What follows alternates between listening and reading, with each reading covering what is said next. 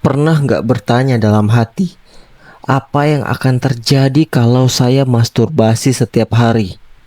Apakah itu berbahaya? Apakah normal? Atau justru menyehatkan? Tenang, pertanyaan itu tidak dirasakan kamu sendiri. Pertanyaan ini banyak ditanyakan tapi sering dianggap tabu. Di video ini kita akan bahas secara jujur dan tanpa menghakimi apa yang terjadi kalau seseorang melakukan masturbasi setiap hari. Dari sisi fisik, psikologis, agama hingga sosial. Duduklah yang tenang, ayo kita mulai. Masturbasi adalah aktivitas menstimulasi alat kelamin sendiri untuk mendapatkan sensasi seksual. Biasanya sampai orgasme. Bisa dilakukan pria atau wanita, mulai dari remaja hingga dewasa. Terus kenapa seseorang melakukan masturbasi?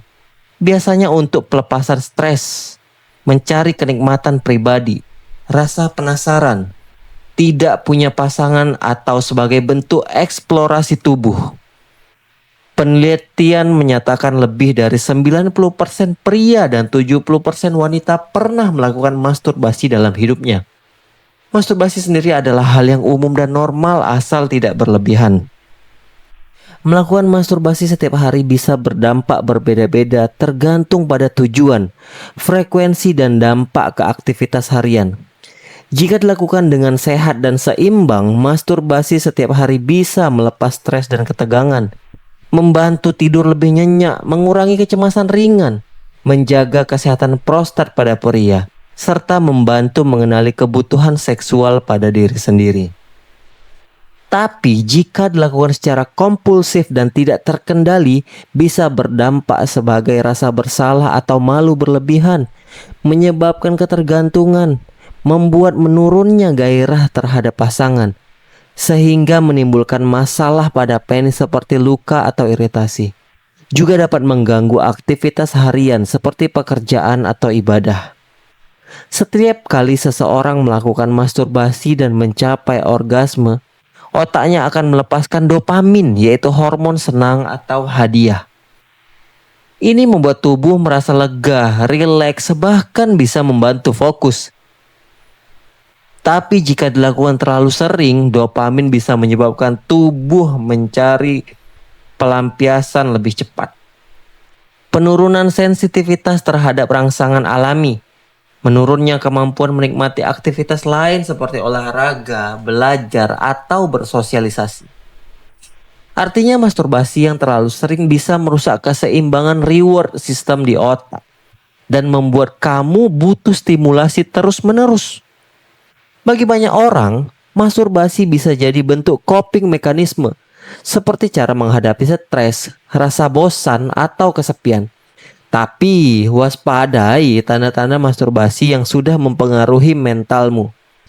Ada beberapa tanda bahwa kamu sudah kecanduan masturbasi.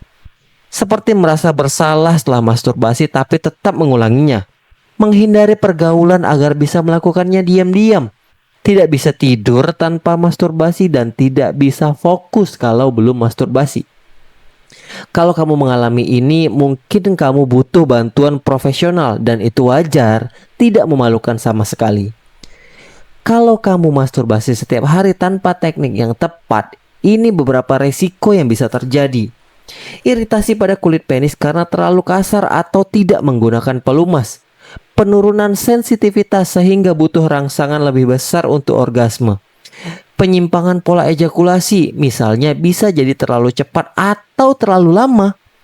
Pelemahan otot dasar panggul jika postur masturbasi terlalu memaksakan diri. Ingat ya, tubuh punya batas alami, dengarkan sinyalnya. Jika kamu sudah menikah atau punya pasangan, masturbasi tetap bisa dilakukan, tapi jika dilakukan terlalu sering, bisa mengakibatkan mengurangi keinginan berhubungan dengan pasangan, menurunkan kepuasan emosional, menimbulkan konflik karena kurang komunikasi, membuat pasangan merasa tidak dibutuhkan. Tipsnya adalah bicarakan secara terbuka dengan pasangan. Jadikan masturbasi sebagai bagian eksplorasi, bukan pengganti hubungan. Tetapkan batas waktu supaya tidak mengganggu hubungan intim yang sebenarnya. Masturbasi akan menjadi masalah ketika kamu tidak bisa mengontrol dorongan untuk melakukannya. Kamu merasa tertekan, bersalah, atau bahkan terisolasi. Kamu lebih memilih masturbasi dibanding bersosialisasi. Sudah berdampak ke sekolah, kerja, atau hubungan sosial. Kalau kamu mulai merasa seperti ini, jangan ragu untuk konsultasi ke psikolog atau dokter andrologi. Kurangi akses ke konten seksual atau konten pornografi. Cari kesibukan produktif, perkuat ibadah dan aktivitas spiritual. Kalau kamu tetap ingin melakukannya, berikut adalah cara aman dan sehat untuk melakukan masturbasi. Yang pertama, lakukanlah di tempat yang aman dan privat, privasi tanpa ada orang lain. Gunakan pelumas agar tidak terjadi iritasi. Jangan terburu-buru. Latihan kontrol juga penting. Hindari konten porno yang ekstrim yang dapat bisa merusak ekspektasi. Jangan jadikan sebagai pelarian atau masalah emosional kamu. Tetap batasan, misalnya tidak lebih dari 3 kali per minggu. Ingat, kontrol diri adalah kunci. Kalau kamu merasa dorongan masturbasi terlalu kuat, kamu bisa alihkan ke aktivitas lain seperti olahraga, lari, push up, ataupun renang. Ngobrol dengan teman atau keluarga, menulis, mendalami ibadah atau meditasi, serta berkarya, menggambar, buat konten, main musik, atau apapun yang membuat kamu nyaman. Dorongan seksual itu bukan sesuatu yang salah, tapi cara mengolahnya yang menentukan kualitas hidup kita. Masturbasi setiap hari tidak selalu salah atau berbahaya, tapi kamu perlu nilai sendiri apakah itu membuatmu lebih sehat atau malah mengganggu hidupmu.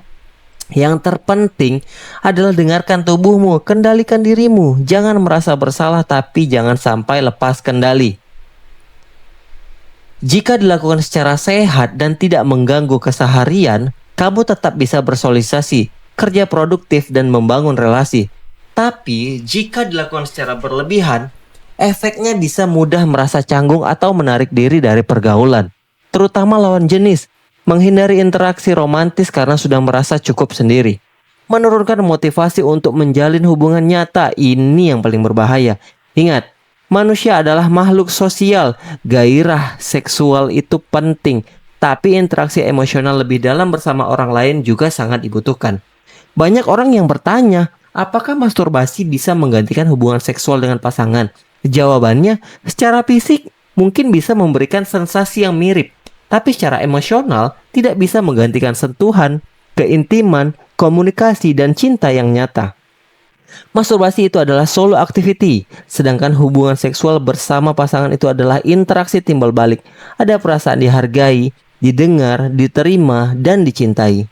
Jadi, jika kamu merasa dan kamu punya pasangan, usahakan tetap membangun keintiman bersama. Masturbasi bisa tetap dilakukan, tapi bukan sebagai pelarian dari komunikasi atau masalah hubungan. Topik masturbasi juga sering dibahas dari sudut pandang agama atau budaya, dan ini penting untuk dibicarakan secara netral dan penuh rasa hormat. Dalam Islam misalnya, masturbasi bisa menjadi perdebatan ulama. Sebagian membolehkan jika untuk dilakukan menghindari zina. Sebagian juga melarang jika menjadi kebiasaan. Dalam Kristen, ajaran moral menekankan pengendalian diri dan menjauhi nafsu yang tidak terkendali. Dalam Buddhisme dan Hindu, pengendalian hasrat adalah bagian dari disiplin spiritual.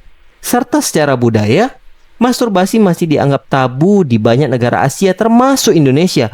Tapi, anak muda mulai terbuka terhadap edukasi seksual yang ilmiah dan sehat. Yang penting kamu punya kendali atas diri sendiri dan tahu batas mana yang baik untuk dirimu sendiri, sesuai dengan keyakinan dan nilai hidupmu.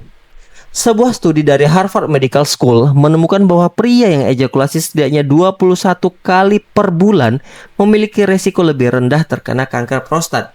Di sisi lain, studi Journal of Sex Research menyebutkan bahwa masturbasi kompulsif bisa mengganggu fungsi seksual dalam hubungan nyata, terutama jika terbiasa dengan fantasi berlebihan. Studi psikologi dari Kanada menyatakan bahwa masturbasi bisa menjadi mekanisme coping yang sehat selama tidak dijadikan pelarian utama dari emosi negatif. Kesimpulannya, frekuensi bukan masalah utama, tapi alasan dibaliknya dan dampak ke kehidupan kamu itulah yang penting. Sekarang kita jawab beberapa pertanyaan imajinatif dari orang-orang, seolah-olah kamu yang nanya ya. Kalau saya masturbasi setiap hari tapi tetap kerja, ibadah, dan sehat, itu salah nggak? Jawabannya adalah kalau tidak mengganggu hidupmu dan kamu masih bisa melakukannya dengan sadar dan tidak kecanduan, itu masih tergolong wajar. Tapi tetap jaga keseimbangan dan niat. Ada juga pertanyaan, kok saya merasa bersalah tiap habis masturbasi ya? Jawabannya itu wajar sebenarnya. Mungkin karena konflik antara dorongan dan nilai-nilai yang kamu yakini. Boleh dievaluasi lagi, apakah kamu lakukan karena butuh atau karena pelarian. Apapun hubungan kamu dengan masturbasi, ingat satu hal, kamu tetap manusia yang utuh, punya keinginan, punya rasa ingin tahu, dan punya kekuatan untuk memperbaiki diri. Jangan pernah merasa kotor, rusak, atau hina karena tubuhmu merespons dorongan ilmiah. Yang penting adalah bagaimana kamu mengelolanya dengan bijak. Jika kamu butuh bantuan, ada banyak tenaga profesional yang siap membantu secara medis, psikologis, bahkan spiritual. Hidup itu bukan tentang tidak pernah jatuh, tapi tentang mampu bangkit dan belajar mengenal diri sendiri lebih dalam. Terima kasih sudah menonton. Kalau video ini bermanfaat, langsung like, subscribe, dan share ke temanmu yang juga butuh pencerahan tentang masturbasi. Tulis juga di komentar topik apa lagi yang ingin kamu bahas. Kita belajar bareng tanpa menghakimi.